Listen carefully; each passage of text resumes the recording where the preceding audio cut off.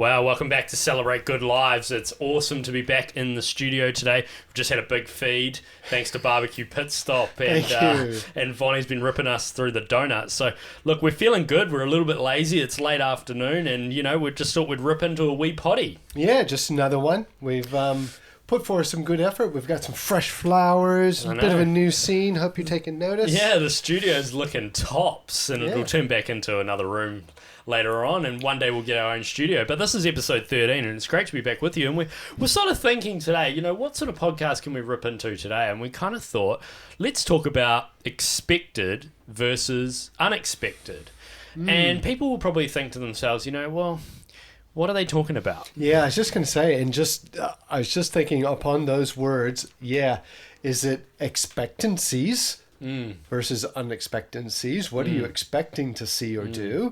And then as well, I'm guessing you're also considering an expected death or an unexpected death. Yeah, so I kind of thought about the idea of having unexpected versus expected deaths. What you can, I guess, prepare for, but also what can happen and what's the likelihood of, what are the likelihoods of happening when that time comes. In the process, yeah. And I guess, so I'd like to start off with the easy one.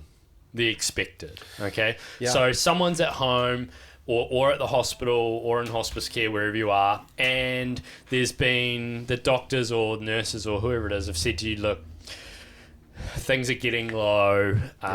You really need to start considering the next step, and the next step is going to be end of life. That's right. And so what can you expect, I guess, from that process of end-of-life care has finished, the person is now deceased, what's the next stage? What happens? Well, generally, as we sort of describe it to people, you sort of feel where they're at, whether they're in a home care situation or an institutional care situation, and making sure that they understand that given the time that it passes, if they're the ones that are in control, and it's a home care situation, make sure you advise your doctor or your caregiver first, that they're aware, just in case they want to come around, do any double checks that the passing is certified.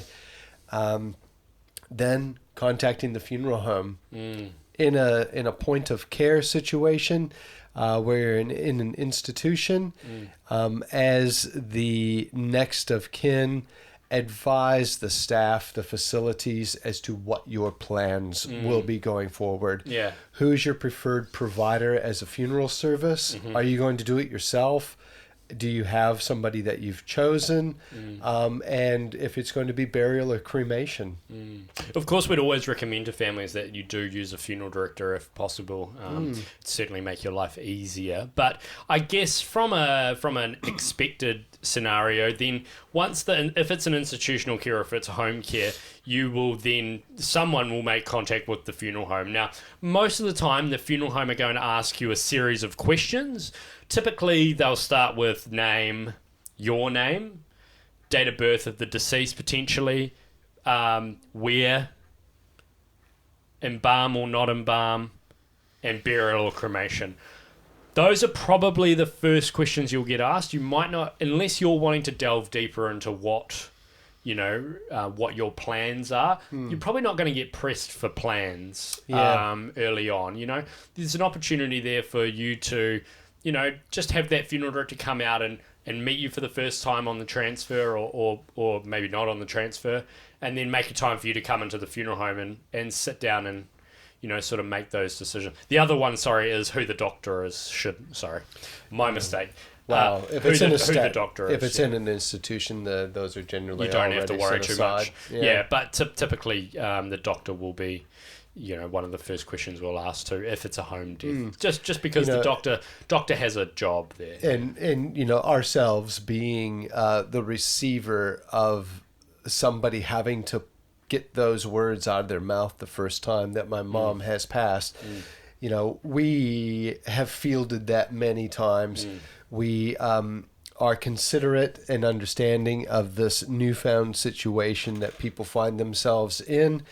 And the last thing that we really aim to do is to overwhelm you with details and content and things to remember. And that's why you'll find, just as you outlined, the it's basics. the cores. The cores that sort of let us continue on behind the scenes, making some plans, doing some progressions, and then getting an idea. If the answers to those questions like if they fill in the blanks to us that these people have an advanced care plan, these people have an idea. Okay, can you tell me more? Was there a day? Are there travelers? There's nothing better than when the phone rings and someone's passed away and they go, "Oh, Mum's got a prepaid with you." Oh, it's great, isn't it? It's great. Thank you. Yep. Let me go and grab that file. Yep. Boom, there it is. Oh, we know exactly what's going to happen. Yeah. And so we will bang on and on and on and on a bit more about pre-planning and pre-paying and pre-this and pre-that. Yep. It has a place. It It's does. a seriously good idea. It certainly does. And Especially if it's expected. You know, we're talking expected here. yeah. And it certainly, when it comes time to make that first engagement, you know, we've met each other over the phone, and now you've made the engagement to get together to review the plan and set the plan in place and put everything, all the details together. You know, having that already done eliminates the possibility of up to a 3-hour meeting and conversation and detail management down to half an hour. And just sort of review this is the plan that was put in place. Is this still what do? she wanted? You know, you were allocated as the next available next of kin, so you're still happy with this? Yep, cool, sweet. Yeah. Let's get this sorted for you. An expected passing on a prepay. It's like, do those ever happen on a Saturday? No. No, and they tell you when they don't happen at midnight. Yeah, that's right. That's right. All right, so we've sort of covered expected deaths. Anything else that we need to really know about expected deaths? Probably not. I guess, you know... I think there's probably some follow-ons. If you're in a home care situation, chances are you're under the watch of hospice or some sort of assistance. Yeah. Next step is sort of moving on with them to remove those things from your house and on to the next people that need them. So, but from our standpoint, no, like an expected death is probably the most standard part of what we do. And then it sort of, the arrangements sort of kick over from there. Yeah, absolutely. All right, moving on to unexpected. So this is where things start to get a little bit tricky, a little bit technical, and a little bit hard. So because when you, let's be honest, when you have an unexpected death, the grief part is hard enough. Well, everything's unexpected. When it's unexpected, everything becomes unexpected. That first phone call to us is now unexpected. There's a bit of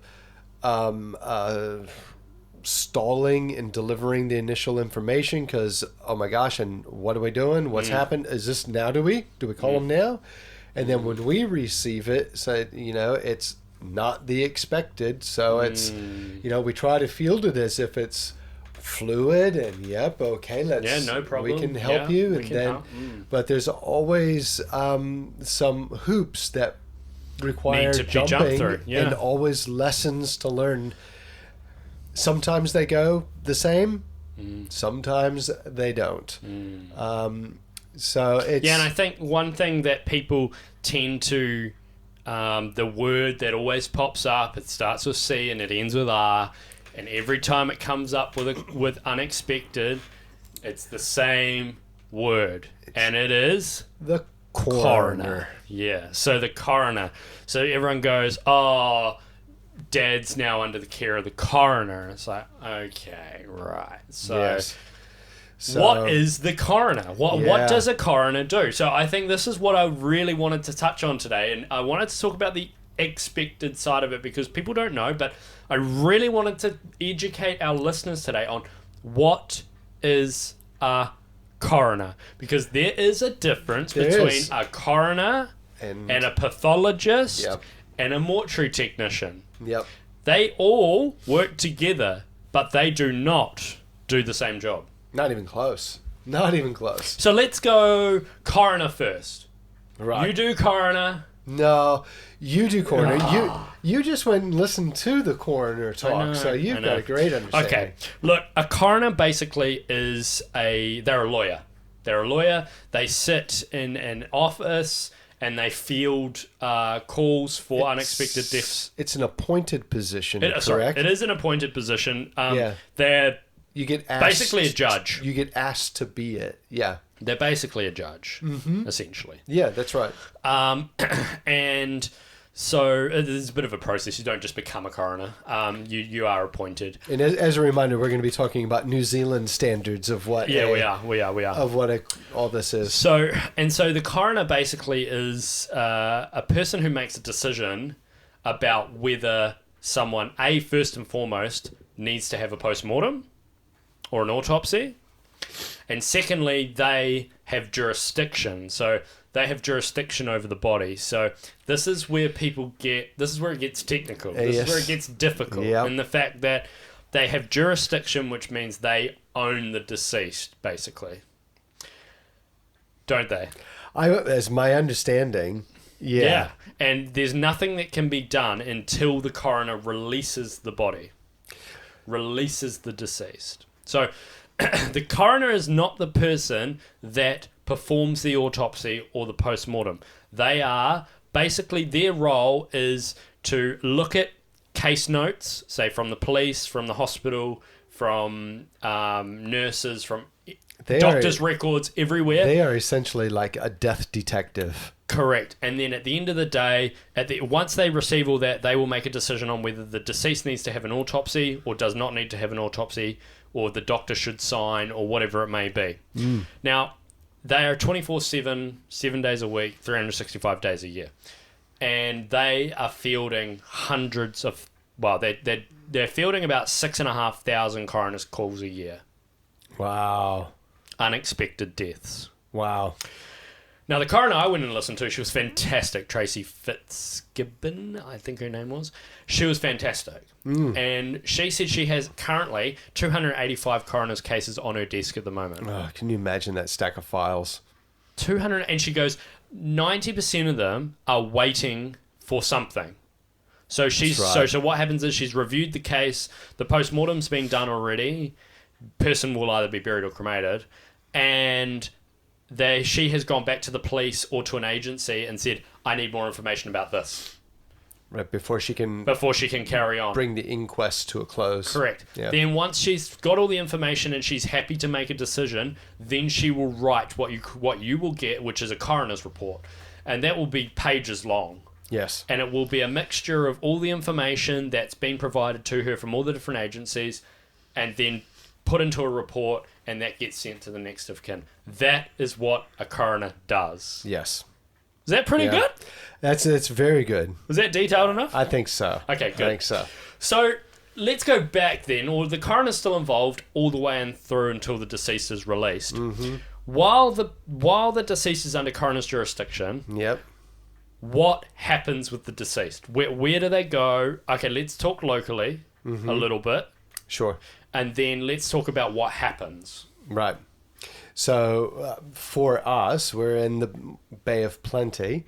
So my understanding is that a death that occurs around our local area is transferred to Rotorua or Hamilton. Correct. And then that is where they decide the deceased rests there, remains there until the pathology, the autopsy and the pathology report and the requests for tests have been concluded. Yeah. And then they are then so the released coroner back to the orders family. an autopsy. The coroner orders an autopsy. It can't be done in Whakatane or Tauranga. It's either Rotorua or Hamilton.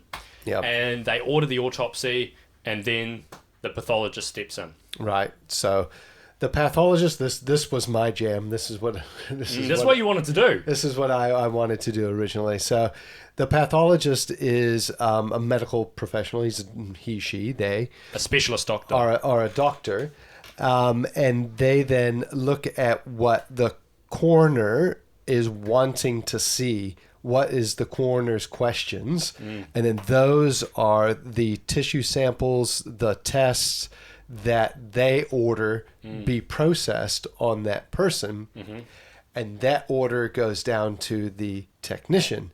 The technician is the feet on the floor in the mortuary doing the actual autopsy. Yeah, doing the actual taking of tissues. Essentially, a mortuary technician is basically very similar to an embalmer to a certain extent. To a certain extent. But they're the ones with their feet on the ground, the tools in hand, doing the actual autopsy. Yep. So they're the ones doing the autopsy, doing the post-mortem examination. Yep. The pathologist a lot of the time is there, though. Yep. The pathologist does rotate through. There is, and I understand in regard to the coroner, on any given weekend in New Zealand, there is only one coroner for the entire country. Correct. You're making islands. It sound like it's the States. It's really not that big. It's but not that there's big. a lot of cases that go through that one coroner. Correct. But I tell you what, if you're the coroner and you're in Wellington, man, there's a lot of deaths that happen all around. So they rotate for a week once every 6 weeks. Yeah. Apparently. That's the story. What a workload. Those people are their give back to the community is immeasurable. Those people do a ton of work. So the pathologist then, as we were saying, orders the tests that need to be done. The technician executes the tests, and the results show back up to the pathologist, who then reads the results, interprets the results, provides a pathological report, and that goes back to the coroner, who then says, fine, I'm happy with all that information, you can release now.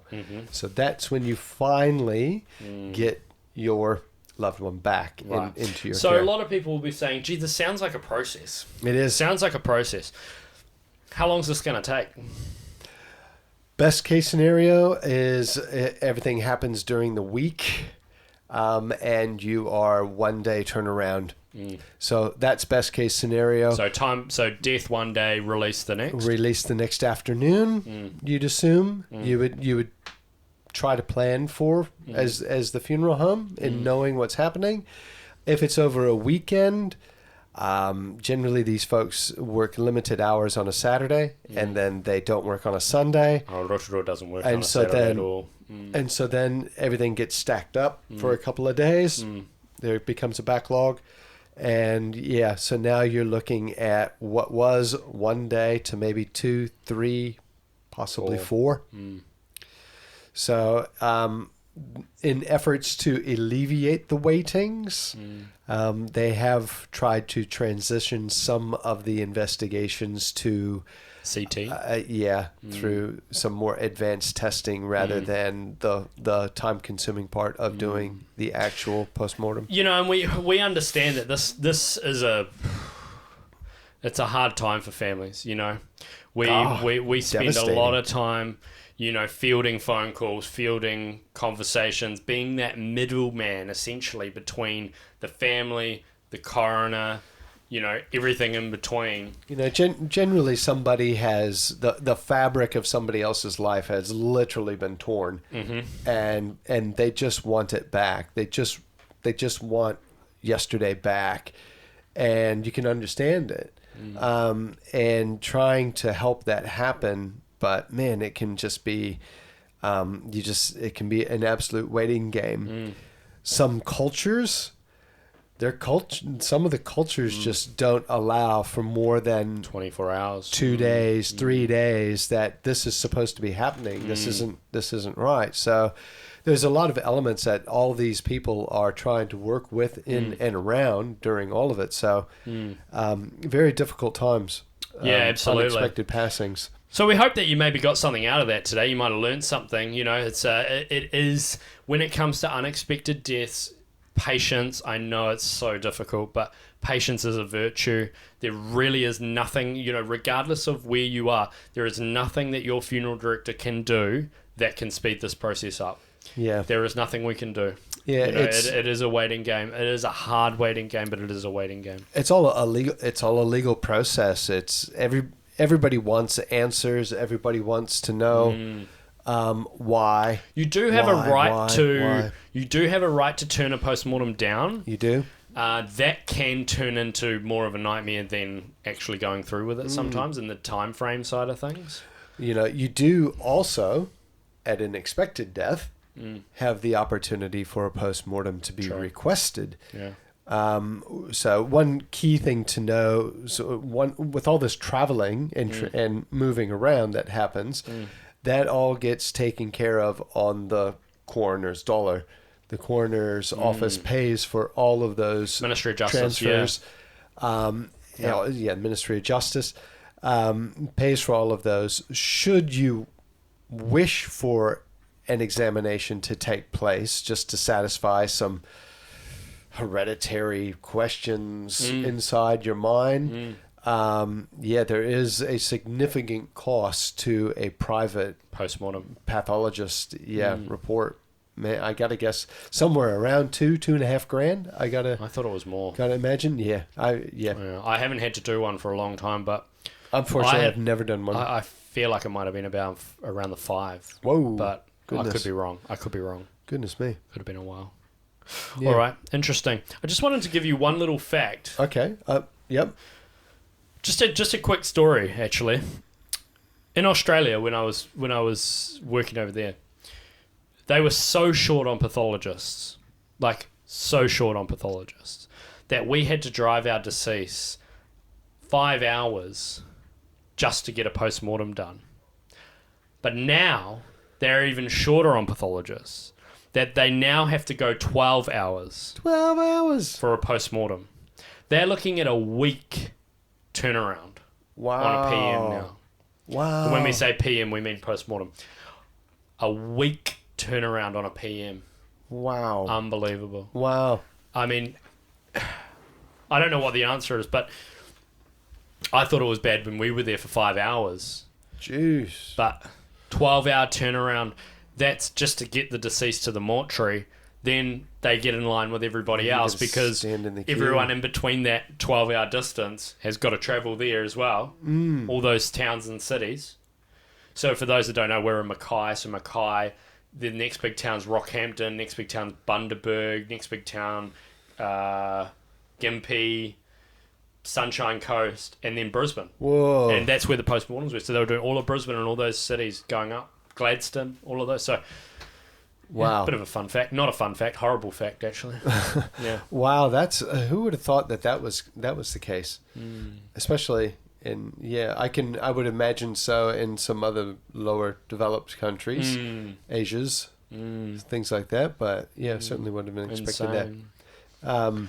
Interesting. Well, cool podcast. Very informative, very educational today. We'll try and bring back something a little bit. Yeah, I was sitting here thinking as you were talking, I was trying to think of a way to sort of bring a bit of pop to this one, but I It's think very educational. this one was probably pretty informational as to what expectations are for an expected and unexpected passing. Great to catch up with you. Great to be back with our listeners. And we'll catch you again soon. Thanks a lot. Yeah, thanks, man.